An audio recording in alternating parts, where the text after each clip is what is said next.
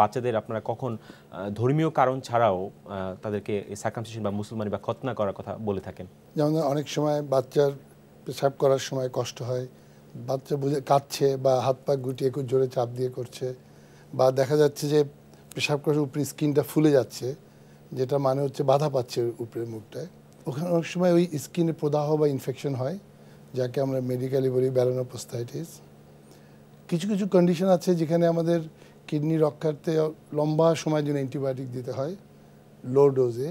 সেই ক্ষেত্রেও মুসলমান এগুলো ইন্ডিকেশন, কারণ দেখা যাচ্ছে করে দিলে ইনফেকশনের সম্ভাবনাটা অনেক কমে যায়।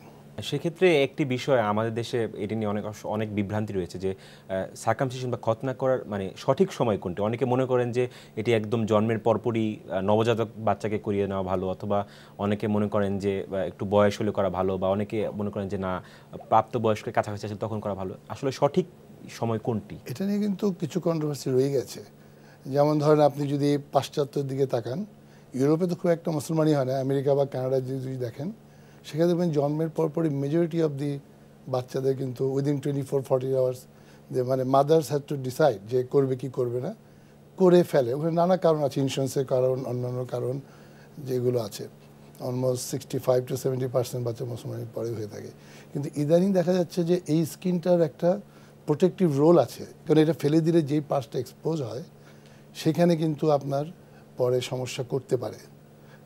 আর আপনি যদি প্রথম নাই করেন, দি বেস্ট অপশন হচ্ছে অ্যারাউন্ড 4 to 5 years, মানে 4 থেকে 5 বছরের এই সময়। সময় কারণটা হচ্ছে ধরেন বাচ্চারা টয়লেট ট্রেন্ড, সে কাপড় চোপড় নষ্ট করবে না।